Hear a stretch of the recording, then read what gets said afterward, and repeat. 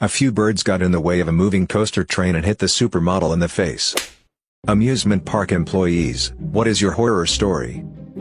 I operated a few different roller coasters during my fun-filled summers at this amusement park, but most of my horror stories come from one ride in particular.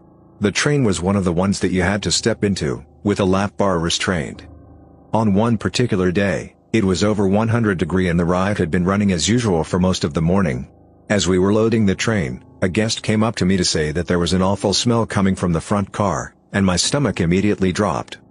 Usually with these types of complaints, we'd find that the previous rider had one too many slushies before riding and had lost their lunch.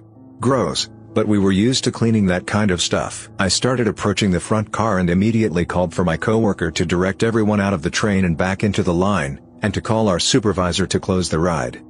Instead of a normal puke situation, I found a greenish-brown liquid spread all throughout the front car, from the seat down to the floor. Whoever was the last person to ride the ride had shat all over themselves and hadn't bothered to tell anyone about it. Cleaning human feces is one thing, it's absolutely disgusting, but it can be done.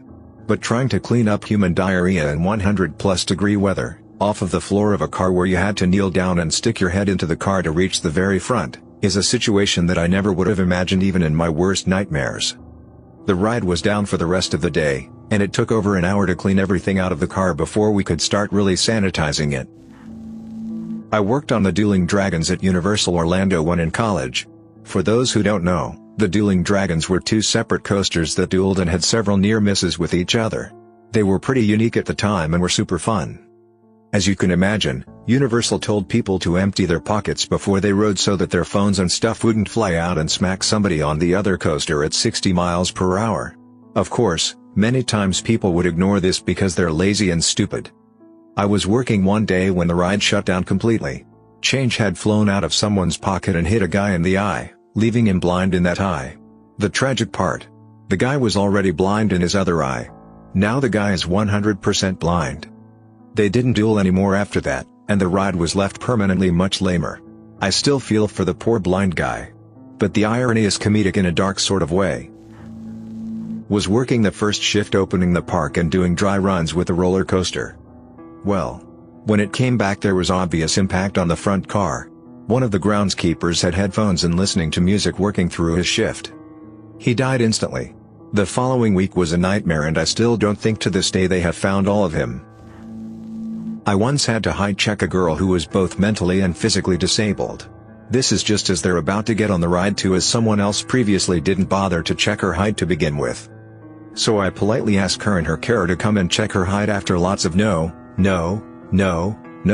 and as luck would have it, she wasn't dull enough, of course.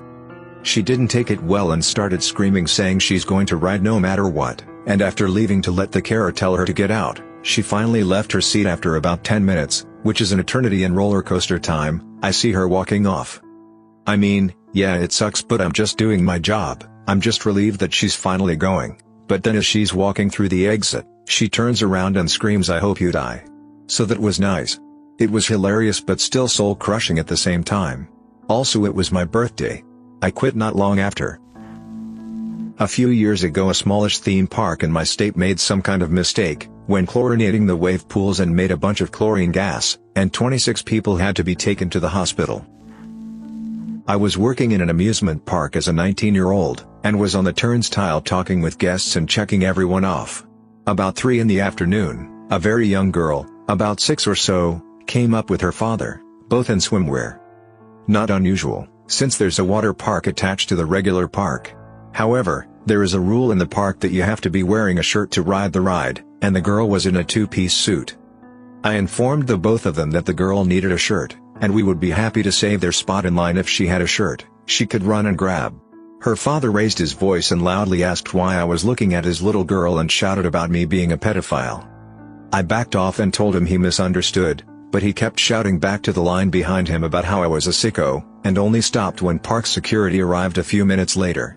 One of 2 times I felt like I was actually in danger. The dude was furious.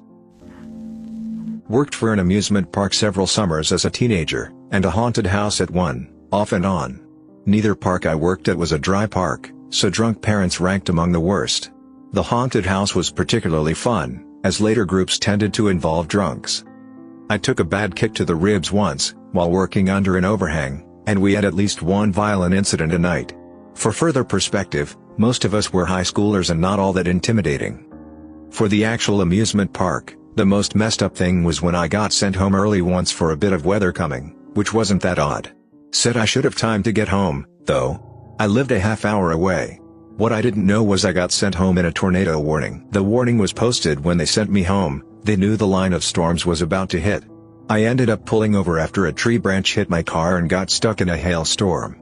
The roof of my car was dented. No tornado actually touched down, but we had bad straight-line winds. A few other employees were also told to go home and had pretty similar stories too. The woman working the office that day just decided, on her own, we'd be better off going home than staying in the fairly solid, permanent buildings on the premises. AKA, once we were gone, not her problem. I'm not an employee but was a resident of the area at the time. At Busch Gardens, Virginia, a few birds got in the way of a moving coaster train during its grand opening and hit the supermodel Fabio in the face. The news was there to cover the inaugural celebrity ride, but all they'd show for a while was the train returning to the station and Fabio with a face full of blood. Lifeguarding at this lazy river tube pool, basically just tell kids to get back in their tubes all day. These two guys like 30 years old are arguing in Polish or something, floating all around the lazy river. They are on lap 2 or 3 of arguing and really going at it. One of them pulls a knife out of his trunks and stabs the other guy's tube. He walked around to the end with his popped tube while guy with the knife proceeds to just hop all the different fences to get outside the park and is not seen again. Used to work at an amusement park that had a section featuring actors dressed as characters from a certain family-friendly show. The actors for this area were almost exclusively teenagers and were notorious for having sex with each other all around the dressing room, bathroom or backstage areas. This all culminated in 2 of the actors being fired for getting in a fight during a show, because a certain cookie-loving monster made a sex tape with a certain Spanish-speaking monster who was dating a certain television-loving monster. Not really scary for me, but I think a few children were traumatized seeing a costume character's head ripped off during a show. Many moons ago I was an assistant director of training security at a park known for its cartoon mice. While doing the walk around the park with a group of new hires, I got a call about a possible indecent exposure incident at Fantasyland.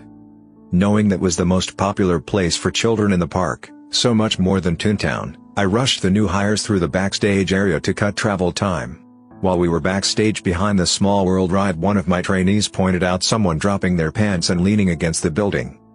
Before we had a chance to close the distance between us and the guy, a blast of brownish-yellow liquid exploded outwards in a fan pattern.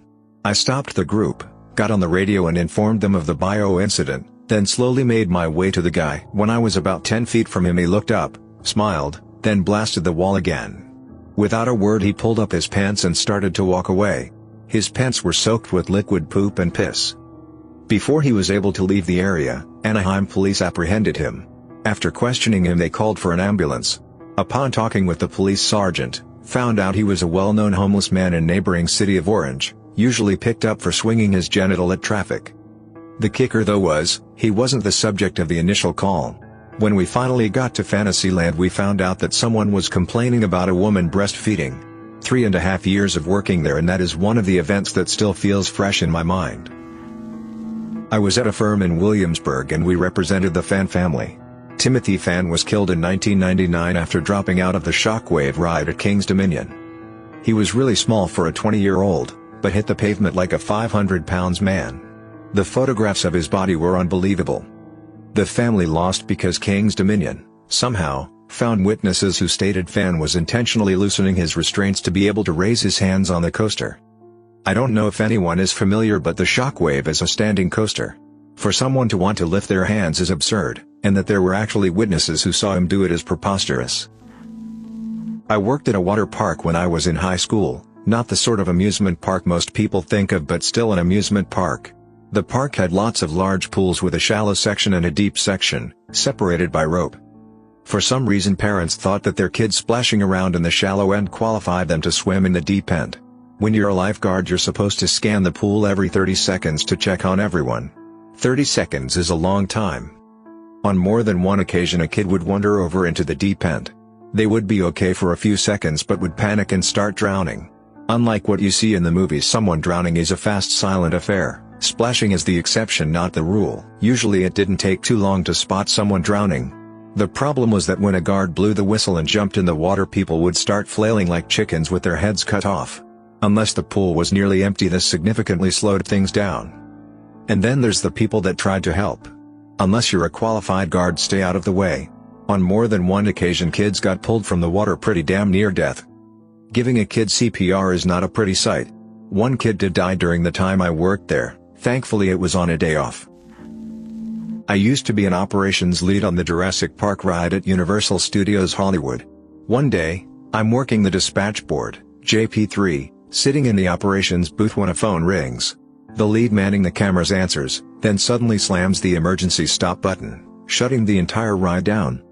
We'd stopped for a moment so we could offload a disabled guest, and some brain surgeon was annoyed at the delay, so he lifted his kid out of the boat and sent him to call the booth from the emergency phone right next to the Jeep drop effect, which back then was still functional. If we hadn't been shut down, the kid very well could have been killed. We evacuated the ride, and stayed down for 5 hours because we couldn't get the water pumps back up and running. Dad and family were escorted from the park sans refund, though they pitched a fit. Another time, we had a couple of kids running around assaulting the costumed characters and then taking off. We had rough descriptions, and I just happened to be at the front entrance while a character was walking around. I saw one of them making a running approach on the mascot, and threw a nasty block into him as he tried to pass me. He went down hard, and stayed down when another escort dropped on top of him. He and his buddy were arrested, and I got a nice bonus for stopping them. A relative of mine had a friend who was an investigator working this case. We knew a few days before the media got to it that they let her on the ride, even thought they knew she was too large to fit in the seat. The poor ride operator apparently didn't want to offend her or didn't have the heart to tell her she couldn't ride it with her kids. So they had to witness firsthand their mother falling to her death. So tragic and sad, they tried to play it off like there were too many factors to blame it on one thing alone, but it was pretty obvious. Thanks for listening to Radio TTS. Hit the subscribe button and activate the notification bell for more videos like this. And please don't forget to share your own amusement park horror stories in the comments below.